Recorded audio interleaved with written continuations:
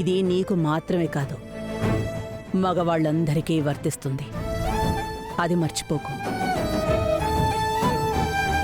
ఈ ఇంట్లో నేను, మీ అమ్మ అని ఎంతమంది ఉన్నప్పటికీ బంగారి ఎప్పుడూ ఉండాల్సిన బంధం మాత్రం నీతోనే, నువ్వు మాత్రమే. మా వల్ల బంగారి కష్టం రావచ్చు, బంగారి కన్నీరు పెట్టుకోవచ్చు, కానీ కట్టుకున్న భర్త వల్ల కన్నీరు కార్చకూడదు. ఒక మగవాడు బాగుండాలి అని ఎప్పుడూ కోరుకునేది మాత్రం తన భార్య ఒక్కతే రవి. తనని గాయపరిచి ఆ మగవాడు బయటికి వెళ్ళి ఏమీ సాధించలేడు. అది చూసుకో.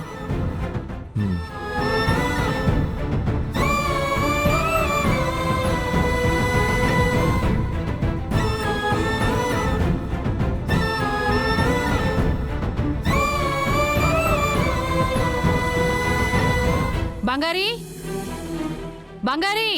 అత్తయ్య. బంగారీ. వస్తున్నా అత్తయ్య.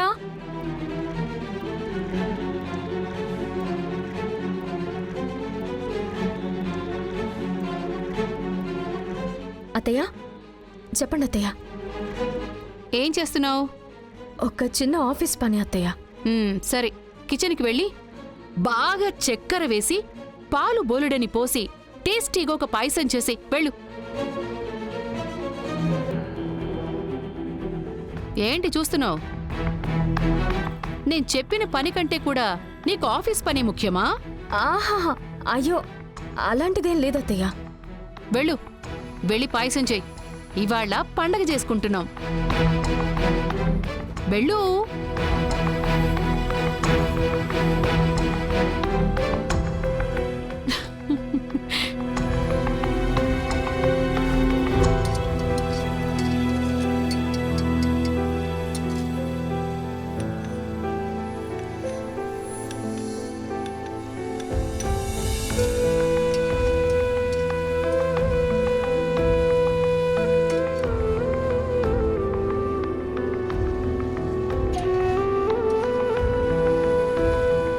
ఏంటి జీడిపప్పులంత తక్కువ వేశావు?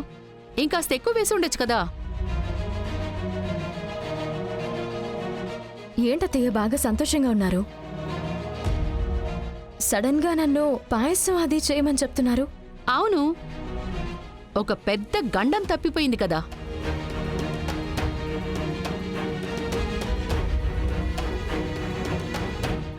ఏం గండం? అదే ఆ జైరాణి.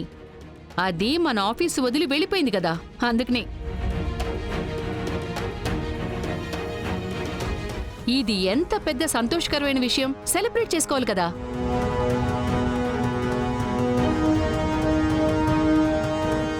ఏంటి ఆలోచిస్తూ ఉండిపోయావు? ఏం లేదత్తయ్య. మీనా, నీకసలు కొంచెమైనా మనస్సాక్షి లేదా? ఎందుకు ఇంత దారుణంగా మారిపోయావు? నేనెక్కడ మారాను? మరి నా చెల్లి ఆఫీస్ వదిలేసి వెళ్ళిపోతే స్వీట్స్ తిని సెలబ్రేట్ చేసుకుంటావా నువ్వు? అవును, తప్పు చేసినవాడు అనుభవిస్తుంటే దాన్ని సెలబ్రేట్ చేసుకోవడం తప్పేం కాదే. అంతలా తనేం తప్పు చేసిందని? కంపెనీ రహస్యాలు తీసుకెళ్లి వేరే వాళ్ళకి అమ్మలేదా? అది మంచిదంటారా? సమాధానం చెప్పండి. రయ్యని ఎగురుకుంటూ వచ్చారు కదా, తనే ఒప్పుకునే కదా కంపెనీ నుంచి వెళ్ళిపోయింది. తను ఇప్పుడు కాదండి, ఎప్పుడు మనం పచ్చగా ఉంటే నాశనం చేసేదే కదా. మీరే చెల్లి అని తల మీద పెట్టుకుని ఊరేగుతున్నారు. ఊరికే తనకి సపోర్ట్ చేస్తూ నన్ను తిట్టడానికి రాకండి. మీ చెల్లెలి వైపు 1% కూడా న్యాయం ఉండదు. కానీ ఎలా మీరు మీకు మీ కుటుంబానికి అంత చేసిందాన్ని ఇంత గుడ్డిగా ఎలా నమ్ముతున్నారో అర్థమే కావటం లేదండి. ఛ!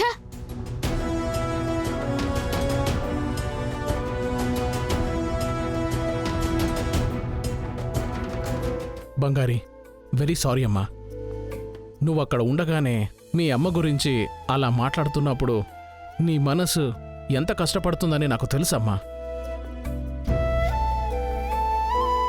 నా వల్ల కంట్రోల్ చేయడం కాలేదు, తప్పుగా తీసుకోకు.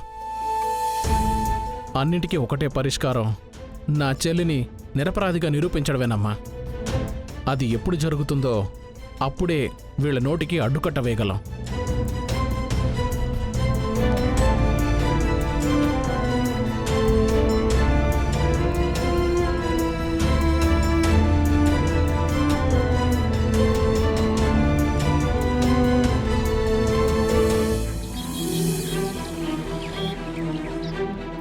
ఆ రోజు డాక్యుమెంట్ సైన్ చేసేటప్పుడు ఏం జరిగింది?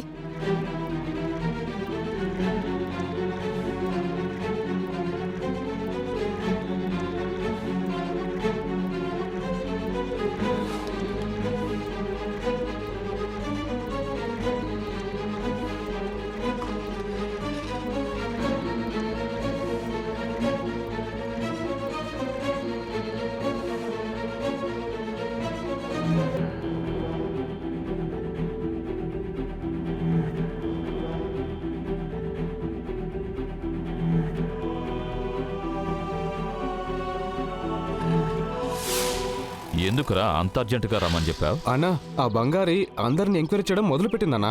కనిపెట్టిందంటే మనం ప్యాక్ చేసుకుని జైలుకి అన్నా. రేయ్ భయపడకురా, రేయ్ భయపడకురా. ఇంత చేయటం తెలిసిన మనకి ఈ విషయం నుండి దాన్ని ఎలా తప్పించుకోవాలో తెలీదా? ఏదో ఒక ఐడియా వేద్దాంలే, నువ్వు భయపడకో, నేను చూసుకుంటాను.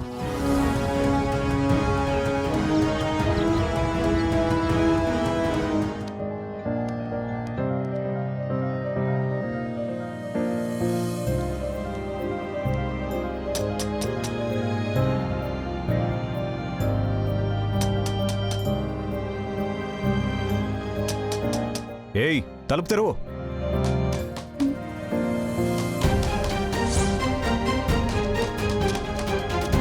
తను నువ్వుండు, నేను చూస్తాను.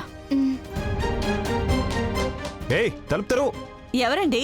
మా తలుపు తెరువు. ఎవరని అడుగుతున్నాను కదా. తలుపు తెరుస్తావా లేకపోతే బద్దలు కొట్టుకుని లోపలికి రమ్మంటావా? అయ్యో అమ్మా, మీరెవరని అడుగుతున్నాను కదా. నువ్వు తలుపు తెరువు, నేను చెప్తా. తలుపు తెరువు. అమ్మా, ఎవరో రౌడీలా ఉన్నారమ్మా. ఏ తలుపు తెరుస్తావా లేదా? నేను ఇప్పుడు ఏ అమ్మా, నువ్వైనా తలుపు తెరుస్తావా లేదా? ఆడవాళ్ళు నెట్టుకొచ్చి గొడవ చేస్తున్నారా?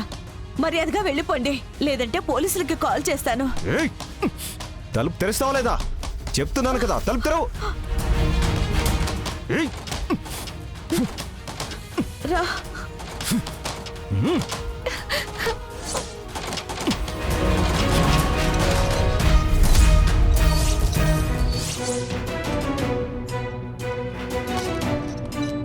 ఎవరు బాబు మీరు? రేయ్ ఉన్న సామాన్లన్నీ కింద పడేసి పగలగొట్టండి రా. బాబు బాబు, ఏ ఎందుకు ఇలా చేస్తున్నారు?